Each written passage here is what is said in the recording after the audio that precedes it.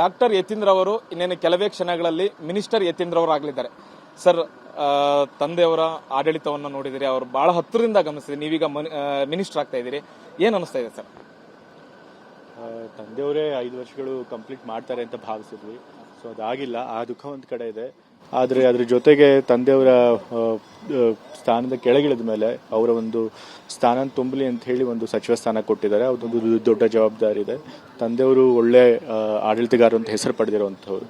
So ಅವ್ರ ಹಾಗೆ ಹೆಸರು ಪಡಿಬೇಕು, ಒಳ್ಳೆ ಆಡಳಿತ ಕೊಡಬೇಕು, ಜನಕ್ಕೆ ಒಳ್ಳೇದು ಮಾಡಬೇಕು ಅನ್ನೋ ಒಂದು ಆಕಾಂಕ್ಷೆ ಇದೆ.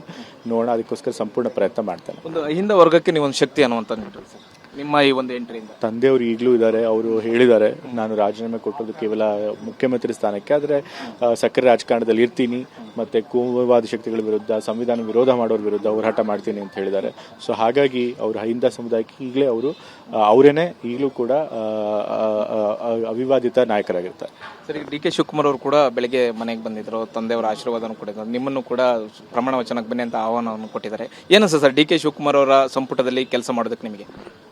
ಡಿ.ಕೆ. ಶಿವಕುಮಾರ್ ಸರ್ ಅವರು ಕೂಡ ಅಪ್ಪನ ಹಾಗೇನೆ ಒಳ್ಳೆ ಆಡಳಿತ ಅಂತ ಹೆಸರು ಪಡೆದಿದ್ದಾರೆ. ಜೊತೆಗೆ ಪಾರ್ಟಿಲಂತೂ ಒಳ್ಳೆ ಆರ್ಗನೈಸರ್ ಅಂತಲೂ ಕೂಡ ಹೆಸರು ಪಡೆದಿದ್ದಾರೆ, ಸಂಘಟನಾ ಚತುರರು ಅಂತ ಹೆಸರು ಪಡೆದಿದ್ದಾರೆ. ಸೊ ಖಂಡಿತ ಅವರು ತಂದೆಯವ್ರ ಹಾಗೇನೆ ಒಳ್ಳೆ ಆಡಳಿತ ಕೊಡ್ತಾರೆ, ಜನಕ್ಕೆ ರಾಜ್ಯನ ಅಭಿವೃದ್ಧಿ ಪದ್ಧತಿ ಕೊಂಡೊಯ್ತಾರೆ. ಸೊ ಅವರ ಎಲ್ಲ ಪ್ರಯತ್ನಕ್ಕೆ ನಾವು ಕೂಡ ಕೈ ಜೋಡಿಸ್ತೇವೆ. ಸರ್, ಇಂತಹದ್ದೇ ಖಾತೆ ಅನ್ನುವಂಥದ್ದು ಏನಾದರೂ ಒಂದು ಮಾತು ಕೇಳ್ಬಿಡ್ತೇವೆ, ನಗರಾಭಿವೃದ್ಧಿ ಖಾತೆ ನಿಮಗೆ ಸಿಗುತ್ತೆ ಅನ್ನುವಂಥದ್ದು ಇನ್ನೂ ಕನ್ಫರ್ಮ್ ಆಗಿಲ್ಲ. ನಿಮ್ಮ ಇಂಟ್ರೆಸ್ಟ್ ಯಾವ್ದು? ನನಗೆ ಯಾವ್ದು ಕೊಟ್ಟರು ಕೂಡ, ಮೊದಲೇ ಬಾರಿ ಸಚಿವ ಆಗ್ತಿರೋದ್ರಿಂದ ಯಾವುದೇ ಕೊಟ್ಟರು ಕೂಡ ಪ್ರಾಮಾಣಿಕವಾಗಿ ಕೆಲಸ ಮಾಡ್ತಾರೆ. ಸರ್, ಇನ್ನೊಂದು ಬಹುಮುಖ್ಯವಾಗಿ ತಂದೆಯವರ ಮುಂದಿನ ಪಾತ್ರ ಏನಾಗಿರುತ್ತೆ ಅಂತ, ನಿನ್ನೆ CWC ಮೆಂಬರ್ ಆಗಿ ಕೂಡ ಅವ್ರನ್ನ ಆಯ್ಕೆ ಮಾಡಲಾಗಿದೆ. ರಾಜ್ಯಸಭೆ ಆಗಬೇಕು ಅಂತ ರಾಹುಲ್ ಗಾಂಧಿ ಅವ್ರನ್ನ ಕೂಡ ಅವ್ರನ್ನ ಕೇಳ್ಕೊಂಡಿದ್ರು. ಅದಕ್ಕೆ ತಂದೆಯವರು ಕೂಡ ಮಾಹಿತಿ ಬರ್ತದೆ, ಇದಕ್ಕೇನು ಹೇಳ್ತೀರಿ? ಈಗಾಗಲೇ ಅವ್ರು ಹೇಳಿದಾಗೆ ಕೋಮುವಾದಿಗಳ ವಿರುದ್ಧ ಸಂವಿಧಾನ ರಕ್ಷಣೆಗೋಸ್ಕರ ಅವರು ಹೋರಾಟ ಮಾಡ್ತಾರೆ. ಹಿಂದ ಸಮುದಾಯಗಳ ಒಂದು ಹಿತರಕ್ಷಣೆ ಕಾಪಾಡುವಂತ ಕೆಲಸ ಮಾಡ್ತಾರೆ. 2028 ಕೂಡ ಚುನಾವಣೆ ಬರುತ್ತೆ, ಆಗ್ಲೂ ಕೂಡ ಕಾಂಗ್ರೆಸ್ನ ಗೆಲ್ಲಿಸಬೇಕಾದಂತ ಜವಾಬ್ದಾರಿ ಇದೆ ಅವರಿಗೆ.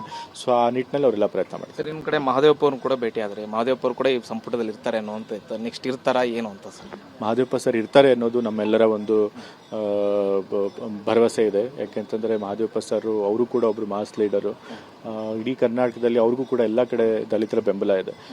ಸೊ ಹಾಗಾಗಿ ಆ ರೀತಿ ಒಬ್ಬ ವೋಟ್ಗಳನ್ನ ಸೆಳೆಯುವಂತ ಒಬ್ಬ ನಾಯಕರಿದ್ದಾರೆ. ಸೊ ಅವ್ರನ್ನೂ ಕೂಡ ಸಂಪುಟಕ್ಕೆ ಸೇರಿಸ್ಕೊಳ್ತಾರೆ ಅನ್ನೋ ನಂಬಿಕೆ ಇದೆ. Okay sir, thank you sir. Thank you.